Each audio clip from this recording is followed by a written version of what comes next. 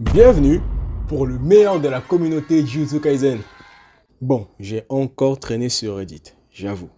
Sur la chaîne, on adore les théories, que ce soit les nôtres ou celles des communautés. Et aujourd'hui, je m'attaque à celles de Jujutsu Kaisen. Elles sont plutôt vieilles, mais certaines parties se sont avérées vraies avec le temps. Donc j'ai mixé les connaissances actuelles dedans pour leur donner plus de cachet et de crédibilité, malgré le fait que certaines soient débunkées depuis longtemps. Salut à tous, c'est Mine et c'est parti pour une compilation des meilleures théories que j'ai pu trouver.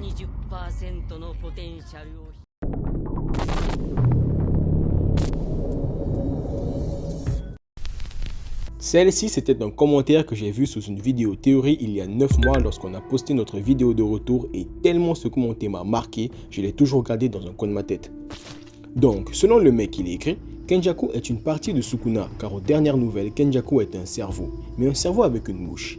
Et la particularité de Sukuna est de faire apparaître des bouches un peu où il veut. Ensuite, on sait que le cerveau est au moins aussi vieux que Sukuna, car déjà, il a pu l'inclure dans les participants de la traque. Participants qui, je le rappelle, datent de l'âge d'or de l'exorcisme. Sur chaque apparition du corps principal de Sukuna, il lui manque un côté du visage et un peu de la tête. Donc, si on va plus loin, on pourrait dire qu'il lui manque carrément un bout du cerveau. Et non, Norito Shikamo n'est pas le corps principal. Il a une balafre sur le front et en plus, le plus vieux corps aperçu de Kenjaku date de l'ère Heian.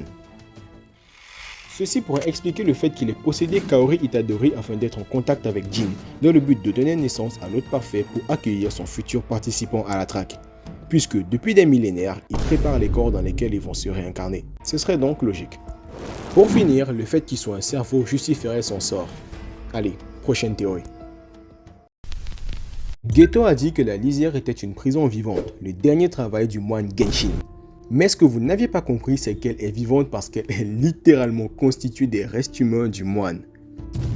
Dans un livre spécial sur les objets maudits du Jump Giga, il est dit que le moine Genshin, allongé sur son lit, était tourmenté par sa vieillesse et à l'idée que les pécheurs, en priant la Terre Sainte, puissent être sauvés et ainsi avoir accès à cette dernière. Alors il transforma sa haine en malédiction et sa chair en barrière, afin de devenir un royaume carcéral qui empêcherait éternellement les pécheurs d'entrer dans la Terre Sainte. Et des pécheurs, on en a vu à balle à l'intérieur. Bon, c'est plus une théorie vu qu'elle a été validée dans un livre officiel, donc ça devient une info, je vous la donne, c'est cadeau. Allez, on passe à la suivante. Dans certaines scènes et openings, incluant celui du jeu mobile Jujutsu Kaisen Phantom Parade, on peut voir que Gojo a toujours son œil droit qui est mis en avant. Donc les fans en sont venus à la conclusion que pour sortir, il aurait pu faire un deal. Pas n'importe quel, il donne un de ses yeux. On rappelle que ses yeux lui sont essentiels pour maîtriser son infini et la lisière le laisse partir.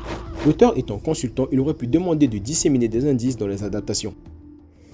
Elles n'ont rien à voir, mais je trouve que celle-ci et la précédente vont bien ensemble. Le pécheur qui paie un tribut d'une immense valeur pour son âme afin d'avoir accès au paradis, c'est génial.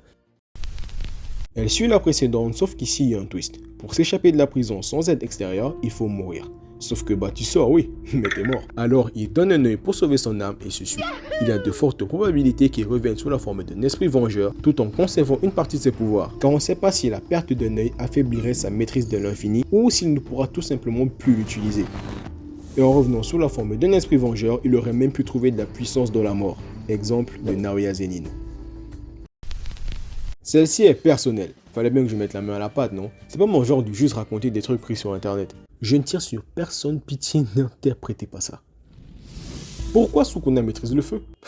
Bah c'est un cuistot les gars. Au départ je me disais que c'était juste une copie de celui de Jogo, car Sukuna c'est un génie. Il a réussi à copier le nouveau territoire simple régénérateur d'énergie occulte que Gojo a créé sur le moment. Mais après plus de réflexion, j'ai remarqué que ces techniques occultes sont de la découpe et s'illustrent avec des couteaux. Son feu sort d'une fournaise et c'est logique puisqu'avant de l'utiliser, il dit ouverture. Et une fois utilisé, la fournaise refroidit et doit être à nouveau chauffée. Ensuite son jargon pour parler d'exorcisme. Il emploie des termes comme chair, os, moelle, peau, comme ce qu'il a dit à Yuji et Maki. Tu n'as pas un seul os intéressant dans ton corps. Ce qui sous-entend que Yuji a fait un sermon pour se priver d'un truc pour renforcer un autre. Ce qui est le principe d'un sermon. Et tu n'es que moelle et os. Et il rajoute que Maki nie ce que signifie être un exorciste. On sait pourquoi elle n'a pas d'énergie occulte.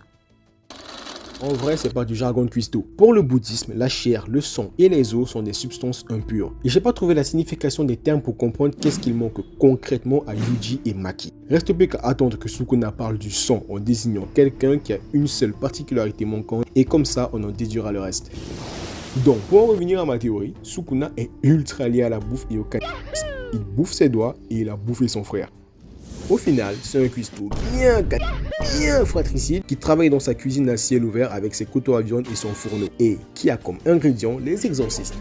Et toi, accessoirement? Eh bah dis donc, j'en avais des choses à dire. Ce sont les vacances, donc on va essayer d'être un peu plus régulier et on va tenter plein de trucs sur la chaîne. Encore une fois, une vidéo a été annulée. Trash. Non, je déconne pas. Cette vidéo, c'est exactement mot pour mot celle que j'avais prévue et j'en avais même parlé avec Chino. On était choqués quand on a vu la vidéo de Trash. C'est pas croyable. Ça fait 2 fois que ça nous arrive et là, c'est pire. Si j'avais sorti la vidéo avant, bien sûr, personne n'allait nous défendre. Mais si j'avais fait l'erreur de quand même la sortir après eux, oh là là là là là là là là, la shitstorm que je me serais mangé. Heureusement que maintenant on en prévoit plein, sinon j'aurais été démoralisé comme la première fois. J'aurais quitté Shinomai. C'est quoi, c'est un signe qu'il faut nous embaucher ou... Bref, j'ai adoré vous partager mes trouvailles et mes réflexions. C'était Mine, je vous dis, portez-vous bien, pardonnez les voix cassées et à la prochaine. そんな時間楽しくないでしょ。さよなら。来い、小谷。死ぬよ。